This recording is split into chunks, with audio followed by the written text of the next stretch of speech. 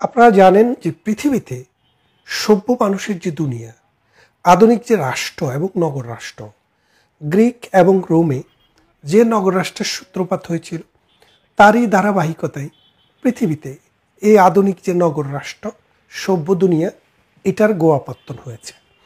তারপর আপনি দেখেন বর্তমানে জাতিসংঘ নামে যে সংগঠনটি আছে, যেটি পুরো পৃথিবীব্যাপী একটি বড় সংগঠন।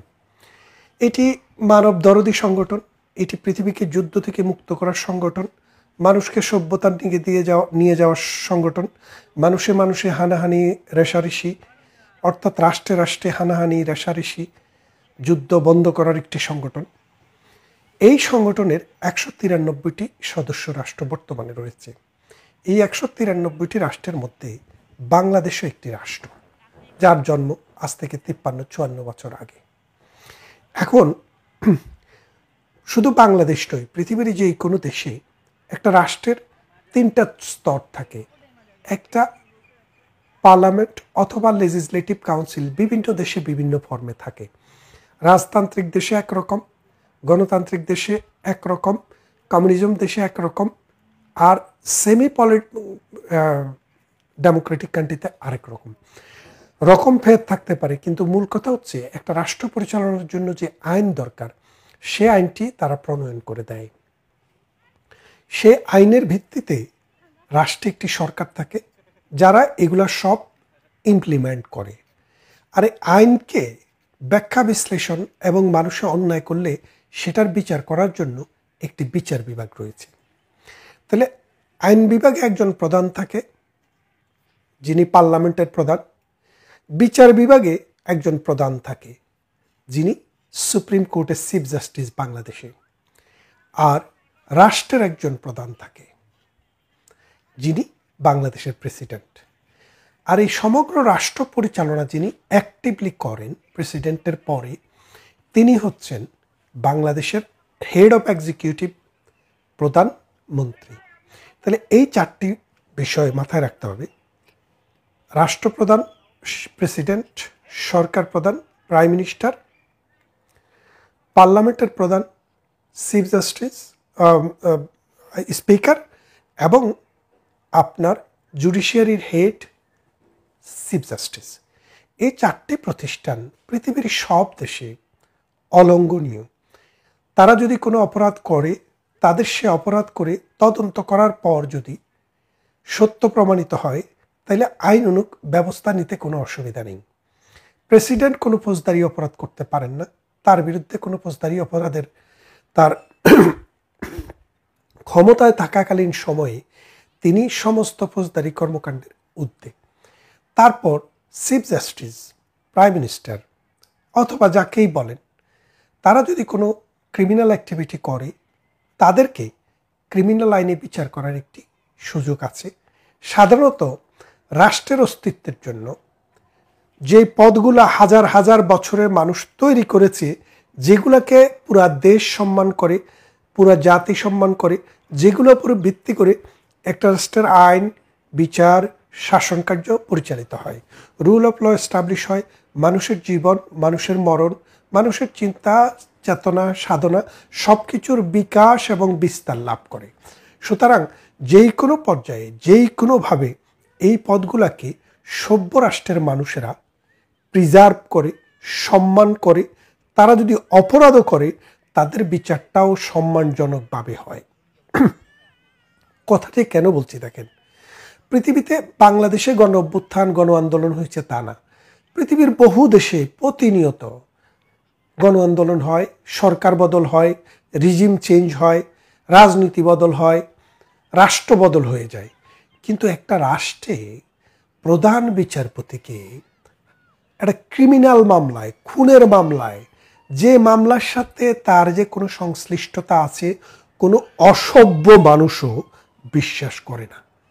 সেই রাষ্ট্রের সেই বিচারপতিকে একটা খুনের মামলায় সোর ক্রিমিনালের মতো তাকে হাত করা পড়িয়ে একটা ম্যাজিস্ট্রেটের মামলায় পুলিশ নিয়ে দাঁড় করিয়েছে। কোত্থেকে? তাকে গড় থেকে। তাকে যদি বলা হতো আসেন, তিনি দৌড়াইয়া চলে আসতেন। কারণ কি? কারণ হচ্ছে উনি তো চোর নয়, উনি সেশন নয়। সুপ্রিম কোর্টের চিফ জাস্টিস ছিলেন, অথচ তার কোনো সেই রকম বিলাসবহুল বাড়ি গাড়ি নাই। তিনি সুপ্রিম কোর্টের চিফ জাস্টিস ছিলেন, পৃথিবীর দেশে দেশে তার কোনো বাড়ি নেই। তিনি সুপ্রিম কোর্টের চিফ জাস্টিস ছিলেন, যার অধীনে 64 জন ডিস্ট্রিক্ট জাজ সহ হাজার হাজার জাজ। তিনি 64 ডিস্ট্রিক্টের বাংলাদেশি জাজদের খোঁজ খবর নিতেন। সেই ডিস্ট্রিক্ট জাজদের উপরে, হাইকোর্ট জাজদের উপরে, সুপ্রিম জাজদের সবার উপরে চিফ জাস্টিস, তাকে নিয়ে দাঁড় করিয়েছেন এটি ম্যাজিস্ট্রেট আদালতে, তাও খুনের মামলায়, যার কোনো ভিত্তি নেই, যার কোনো সত্যতা নেই, যার কোনো ইনভেস্টিগেশন নেই, কিচ্ছু নেই, জাস্ট একটা মামলায়। এখন একটা জিনিস খেয়াল করে দেখেন, ধরেন আগামীকাল ডক্টর ইউনূসের সরকার পড়ে গেল, পড়ে যাওয়ার পরে ডক্টর ইউনূসকে কি রাস্তায় ধরে জুতা দিয়ে পিটা করবেন আপনি? ডক্টর ইউনূসকে কি গরুর মতো রাস্তায় কি আপনি জবই করবেন? ডক্টর ইউনূসকে কি হাত মোড়া বেঁধে পুলিশ দিয়ে এই ম্যাজিস্ট্রেট কোর্টে তুলবেন না, কারণ সভ্যতা এটা অ্যালাউ করে না। ডক্টর ইউনূস তার এই 9 মাস 1 বছর সময়ে দেশটাকে যে অনাচার, অজাচার, অত্যাচার, নির্যাতন, নিপীড়নে ঠেলে দিয়েছে, এই চিফ জাস্টিস তার আমল নামায় যদি ডক্টর ইউনূসের 5% ধারণ করতে পারতেন, এই অপরাধ, অন্যায়, দুর্নীতি, অনাচার, স্বেচ্ছাচারিতা এবং নিজের জন্য সুবিধা গ্রহণ করা, তাহলে তিনি আমার মনে হয় আকাশে উঠে যেতেন। তো সেই জন্য বলছি, এখন আসেন, আপনি কেন সুপ্রিম কোর্টকে সম্মান করবেন? কারণ আপনি যদি সুপ্রিম কোর্টকে সম্মান না করেন, তাহলে নিচের আদালত সুপ্রিম কোর্টের সম্মান করবে না। নিচের আদালত যদি সম্মান না করে, পুলিশ সম্মান করবে না, মানুষ সম্মান করবে না, তাহলে আপনি কি রাষ্ট্র পাবেন? মাৎসর ন্যায়, যেটাকে বলতো আগে বলতো মগের মুল্লুক, এখন বলি আমরা মপের মুল্লুক। তাহলে আপনি দেখেন যে পৃথিবীতে সভ্য মানুষের রাষ্ট্র সভ্য হওয়ার মূল ভিত্তি হচ্ছে রুল অফ ল, আর রুল অফ লটা আপহেল করে হলো কে? Supreme court. আপনি যদি সেই রুল অফ লকে আপেল করতে না দিয়ে রুল অফ ল এর গলায় যখন জুতা পরান, রুল অফ লকে যখন হাত বেঁধে যখন আপনি ম্যাজিস্ট্রেট কোর্টের কাছে নিয়ে যান, তখন তো আপনি নিজেকে অপমান করলেন, রাষ্ট্রকে অপমান করলেন, একটা রাষ্ট্রের অস্তিত্বকে অস্বীকার করলেন। এই রাষ্ট্রের অস্তিত্বকে অস্বীকার করা, রাষ্ট্রকে অস্বীকার করা, রাষ্ট্রকে অসম্মান করা, তথা সমগ্র জাতিকে অসম্মান করা। আমাদের জাস্টিস এবিএম খায়রুল হক তিনি কি করেছিলেন? তিনি যে আদালতে রায় দিয়েছিলেন, সেখানে মোট 7 জন জাস্টিস ছিলেন সুপ্রিম কোর্টে। সেই 7 জন জাস্টিসের মধ্যে 3 জন জাস্টিস রায় দিয়েছেন তত্ত্বাবধায়ক সরকার থাকা উচিত হবে না, আর 3 জন জাস্টিস রায় দিয়েছেন থাকাটা উচিত হবে। তারপর 7ম জাজ হিসেবে তিনি চেয়ারম্যান, তিনি যেই 3 জন তত্ত্বাবধায়ক সরকারের বিরুদ্ধে রায় দিয়েছেন তাদের সাথে ঐক্যমত্য প্রকাশ করেছেন। তার মানে ডিসিশনটি উনি নিয়ে আসেননি, যখন ব্যালেন্স হয়েছে 2 সাইডে, তিনি ব্যালেন্সের এক সাইডে গিয়েছেন। এখন তিনি সুপ্রিম কোর্টের জাজমেন্টে কি বলেছেন? বলেছেন যে বাংলাদেশে যে কনস্টিটিউশন আছে বিদ্যমান, যে কনস্টিটিউশনের অধীনে তিনি সুপ্রিম কোর্টের চিফ জাস্টিস, সেই কনস্টিটিউশনের ফান্ডামেন্টাল প্রিন্সিপালের সাথে এটা সাংঘর্ষিক। এখন যেহেতু সাংঘর্ষিক, সেহেতু তিনি মনে করেন এটা না থাকাই ভালো, এবং এটা না থাকাই ভালোটা আমরা প্রমাণ পেয়েছি 3 বার। একবার মঈনুদ্দিন ফখরুদ্দিনের সময় দেখেন, তত্ত্বাবধায়ক সরকার যখন আসলেন ইয়াজউদ্দিন সাহেব, ইয়াজউদ্দিনের আগে আরেকজন, এই করতে করতে এমন একটা জায়গায় গিয়ে রাষ্ট্র দাঁড়ালো, তখন 111 হলো, খালেদা জিয়া এবং শেখ হাসিনা দুজনকেই কাস্টডিতে যেতে হলো, এবং রাষ্ট্র 2 বছর প্রতিনিয়ত ধর্ষিত হলো। সেই অবস্থায় আমরা কি দেখলাম? তারপরে দেখেন, এরপরে এখন যে একজন তত্ত্বাবধায়ক সরকার আছে, তার নাম কি আপনারা সবাই জানেন, সুদখোর ইউনূস বলে অনেকে, কিন্তু আমি সেটা বলতে চাই না। সরি, আমি বলতে চাই তিনি নোবেল ইউনূস। এই নোবেল ইউনূস নোবেল প্রাইজ পেলেন, সেই টাকা থেকেও রাষ্ট্র যেন কোনো ট্যাক্স না পায়, সেটার জন্য তিনি কি করলেন? তিনি রাষ্ট্রকে অনুরোধ করলেন। সেই নোবেল ইউনুস কি করলো দেখেন, রাষ্ট্রটাকে কি খেলা খেলতেছে, রাষ্ট্রটাকে পুরো ধ্বংস করে ফেলছে। অর্থনীতি নেই, রাজনীতি নেই, সমাজনীতি নেই, বিচার নেই, আইন নেই, মানুষ মানুষকে যেখানে এখানে ইচ্ছা হত্যা করে। গতকালও দেখলাম একটা ব্যক্তি নাকি মাদকের সাথে জড়িত, অমুক তমুক জড়িত, কুমিল্লায় তাকে কুপিয়ে হত্যা করা হলো। মানে রাষ্ট্রে এখন আর বিচার নেই, আইনও নেই, শাসনও নেই, আছে শুধু এনার্কি, নারী দর্শন, লুণ্ঠন, চুরি, ডাকাতি, খুন, রাহাজানি, গুন্ডামি। অর্থাৎ একটা রাষ্ট্র বর্বর জায়গায় ফিরে গেছে। আফ্রিকার জঙ্গলে এক প্রাণী, ছোট প্রাণী যেভাবে বড় প্রাণীকে খেয়ে ফেলে, সেই রকম অবস্থা চলছে। তো আমি যেটা বলছিলাম, আমাদের যে চিফ জাস্টিস তিনি যে রায়টি দিয়েছিলেন, ইনি রায়তে কি বলেছেন, যেহেতু বাংলাদেশের কনস্টিটিউশনে ফান্ডামেন্টালি এটা ডিফার করে, সেহেতু আমি মনে করি এটা থাকার দরকার নেই। তবে রাজনীতির সমস্ত দল মত যদি ঐক্যমত্যে পৌঁছতে পারে, আমি মনে করি রাজনীতির সাথে দেশের আরও 10 বছর এটা চালানো যেতে পারে। তাহলে দেখেন, ওনার কথাটা কিন্তু ক্লিয়ার। রাজনৈতিক ঐক্যমত্য হলে আরও 10 বছর চালান আপনি। তার মানে উনি যখন রায় দিয়েছেন, তারপরেও 14 এবং 18 নির্বাচনে, এই দুটি নির্বাচনের কথা তিনি বলেছিলেন। তারপর উনার সাথে উনি কিন্তু ঐক্যমত্য পোষণ করেছেন। যারা রায় দিয়েছে তাদের মধ্যে তিনে ভাগ হয়েছে, সেখানে 3-এর মধ্যে তিনি গিয়েছেন। তার মানে এই রায়টি এককভাবে তার না। তিনি কোনো দুর্নীতি করেছেন এমন কোনো প্রমাণ পেয়েছেন? তিনি ঘুষ খেয়েছেন এমন কোনো প্রমাণ পেয়েছেন? পাননি।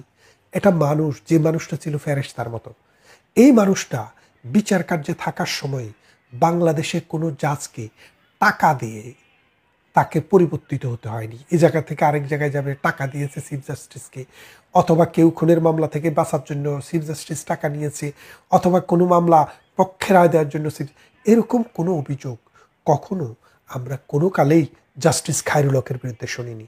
ইভেন তিনি যখন আইন কমিশনের চেয়ারম্যান ছিলেন সুদীর্ঘ সময়, তখনও তার বিরুদ্ধে এরকম কোনো অভিযোগ ওঠেনি।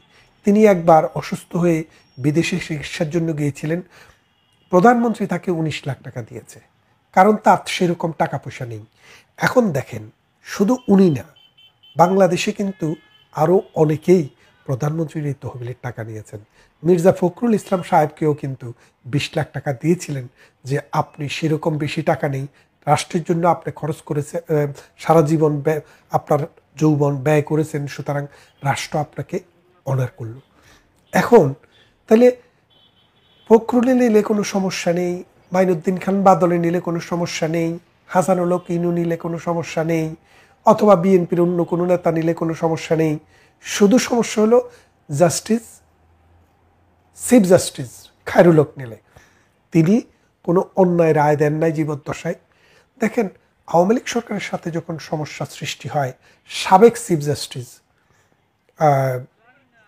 এসকে সিনহা, এই সিনহা সাহেবের সাথে আওয়ামী লীগের সমস্যা হওয়ার পরও তাকে কিন্তু সুপ্রিম কোর্ট তলব করে, কিন্তু সুপ্রিম কোর্টটা ওই নিম্ন আদালতে তারে কোনো চুরির মামলায়, মিথ্যা মামলায় তাকে কিন্তু ওই ম্যাজিস্ট্রেটের কাছে হাত করা পরে দাঁড় করানো হয়নি। তিনি বিদেশ চলে গেছেন, সম্মান নিয়ে গেছেন, বিদেশে আছেন, ফার্স্ট ক্লাসে করে গেছেন। কিন্তু আজকে যা হচ্ছে, এটা অসভ্যদের শাসন। এই অসভ্য মানুষেরা, এই শুয়োরেরা যারা রাষ্ট্র এখন চালাচ্ছে, তারা শুয়োর। এই অসভ্যরা, এই শুয়োররা রাষ্ট্রের বিচারপতিকে নিরাপত্তা দিতে পারে না, রাষ্ট্রের নাগরিককে নিরাপত্তা দিতে পারে না, রাষ্ট্রের কোনো অ্যাডমিনিস্ট্রেটিভ অথরিটিকে নিরাপত্তা দিতে পারে না, রাষ্ট্রের প্রান্তিক লেভেলের একজন সাধারণ মানুষেরও কোনো নিরাপত্তা নেই। আইন নেই, বিচার নেই, শাসন নেই, আছে শুধু মব, চাঁদাবাজ, ধর্ষক, খুনি, রাজাকার, আলবদর, ধর্মন্ধ, সাম্প্রদায়িক গোষ্ঠী। এদেরকে দিয়ে প্রতিনিয়ত যে জাতি শান্তিপ্রিয় জাতি, সেই শান্তিপ্রিয় জাতিকে খুন শেখানো হচ্ছে। মোল্লারা হুঙ্কার দিচ্ছে 1971 সালের পরাজিত শক্তিকে রাষ্ট্রের ক্ষমতায় বসানোর জন্য নীল নকশা চলছে। 2.5 লক্ষ দর্শিত মা বোনের আহাজারি আত্মনাদের সাথে প্রতারণার একটা ষড়যন্ত্র। এই ষড়যন্ত্র রুখতে হলে জাগতে হবে বাংলার মানুষকে, আসিফ নজরুলের মতো শুয়োরদেরকে, নোবেল ইউনুসের মতো অসভ্য বর্বর হায়নাদেরকে এই বাংলাদেশে কবর দেওয়ার ব্যবস্থা করতে হবে। যদি তা না করা যায়, এই রাষ্ট্র বিশাল লম্বা রক্তক্ষয়ী এক যুদ্ধে অবতীর্ণ হবে, যেই গৃহযুদ্ধে 10 বছরে 10 কোটি মানুষও প্রাণ হারাতে পারে। তাই আসুন, আমরা যদি এই দেশকে ভালোবাসি, আমরা যদি মনে করি এই সমাজ, এই রাষ্ট্র, এই দেশ আমাদের, তাহলে আমাদেরকে অ্যাডমিনিস্ট্রেটিভ প্রসেসের প্রতি শ্রদ্ধা রাখতে হবে, বিচার ব্যবস্থার প্রতি শ্রদ্ধা রাখতে হবে। আপনারা জানেন, আমরা বলি এবং সবাই বলে চেঞ্জ ফর ডেভেলপড। আপনি যদি কোনো কিছু পরিবর্তন করেন, সেটা উন্নততর সংস্করণে যাবেন। আপনার একটা ভাঙা কুঁড়ে ঘর আছে, ততক্ষণ পর্যন্ত আপনি সেটা ভাঙবেন না যদি না একটা সুন্দর ঘর আপনি পান। আপনার যা আছে, আপনি তার চেয়ে ভালো কিছু চান, ভালো কিছুর দিকে যান। পরিবর্তন এটা স্বাভাবিক একটা প্রসেস। মনির চৌধুরী 1971-এর মহান মুক্তিযুদ্ধে যাকে হত্যা করা হয়েছে, সেই মনির চৌধুরী বলেছিলেন যে মানুষ মরে গেলে পচে যায়, বেঁচে থাকলে বদলায়। বদলটা হচ্ছে জীবনের ধর্ম। মানুষ প্রয়োজনে, অপ্রয়োজনে, কারণে, অকারণে মানুষ বদল হয়, কারণ বদলটাই হচ্ছে জীবনের ধর্ম। তো রাষ্ট্র মানুষকে নিয়ে কাজ করে। যদি মানুষের জীবনও বদলায়, রাষ্ট্রের জীবনও বদল হবে, পরিবর্তন হবে, সংযোজন হবে, বিয়োজন হবে। আরও উন্নততর জীবনের জন্য, শাসনের জন্য, সমাজের জন্য, রাষ্ট্রের জন্য আমরা রেডি। আপনি পরিবর্তন করেন, কিন্তু পরিবর্তন যদি আমরা দেখি যে একজন বিচারককে সিসকে চোরের মতো করে, বিচারক নয়, চিফ জাস্টিসকে দেশের, তাকে হাত বেঁধে আপনি ম্যাজিস্ট্রেটের সামনে নিয়ে দাঁড় করাবেন, আপনি কে? আপনি কি মানুষ, না আপনি শুয়োরের রাষ্ট্র চালান? আপনি কি মানুষ, নাকি হায়নাদের রাষ্ট্র চালান? এই হায়নাদের রাষ্ট্রে আমরা সভ্যতার আলো জ্বালাতে চাই। আসুন সবাই মিলে এই অসভ্যদেরকে পরাজিত করে সভ্য রাষ্ট্রের আবার সূচনা করি, যেখানে মানুষ সম্মান পাবে, পলিটিশিয়ান সম্মান পাবে বিচারপতি, পুলিশ, আনসার, বিডিপি, ছাত্র, জনতা, সবাই সেই প্রতিজ্ঞা নিয়ে আমরা সবাই বাংলাদেশকে বদলাবো। পজিটিভ পরিবর্তন, কাউকে ধ্বংস নয়, সৃষ্টি। আমরা সৃষ্টির উল্লাসে, সৃষ্টি সুখের উল্লাসে মোর বুক হাসে। সেই সৃষ্টি সুখের উল্লাসে আমরা উন্মত্ত হতে চাই। আমরা ধ্বংসের জন্য, হত্যার জন্য, ধর্ষণ, রাহাজানি, খুন, ছিনতাইয়ের জন্য এই দেশটাকে অভয়ারণ্য করে দিতে